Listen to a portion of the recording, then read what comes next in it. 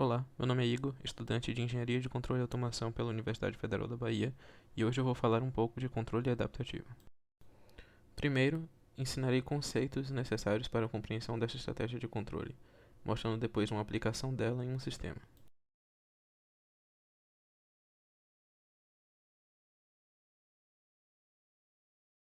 Pois bem, um controlador adaptativo é aquele cujos parâmetros se ajustam automaticamente a novas condições, sejam essas novas condições de operação ou mudanças nos parâmetros do sistema sendo controlado em si.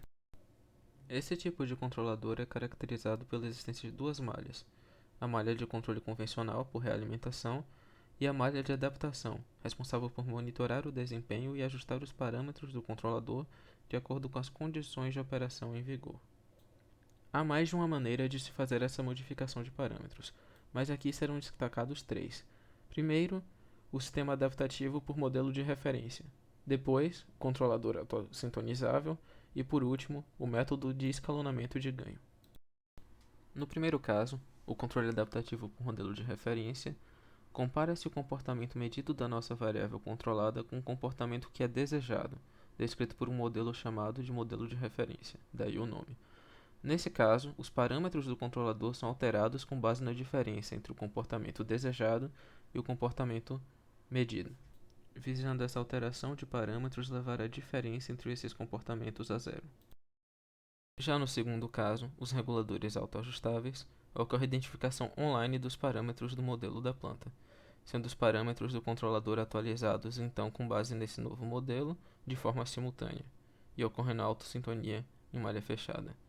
Em outras palavras, a cada período de amostragem encontramos um novo modelo da nossa planta, e com esse novo modelo sintonizamos um novo controlador.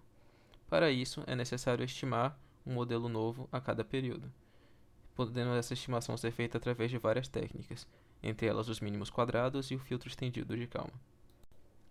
O último método, o do escalonamento de ganhos, consiste no uso de variáveis auxiliares independentes que relacionam as alterações da dinâmica do processo, sendo assim chamado por alterar os ganhos de realimentação.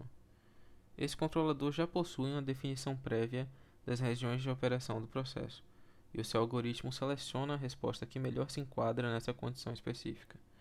Diferente dos últimos dois métodos, neste o mecanismo de adaptação é em malha aberta, sendo porém mais difícil provar a sua estabilidade. A partir de agora veremos um exemplo de aplicação desse tipo de controle, sendo utilizado para o nosso caso prático o método de escalonamento de ganhos para alteração dos parâmetros. Esse é o nosso sistema. Ele é um tanque de água cônico invertido com uma vazão de entrada Q1 e uma vazão de saída Q2. A água sai do tanque graças à ação da gravidade e entra nele através de uma válvula controlável. Para controlar o nível de água nesse tanque, utilizamos um controlador PI com sintonia IMC. Daí podemos ver a necessidade de utilizar um controlador adaptativo. Nosso controlador IMC é baseado em um modelo linear do tanque, sendo que esse modelo é obtido através da linearização do modelo fenomenológico desse tanque, não linear e baseado no balanço de massa.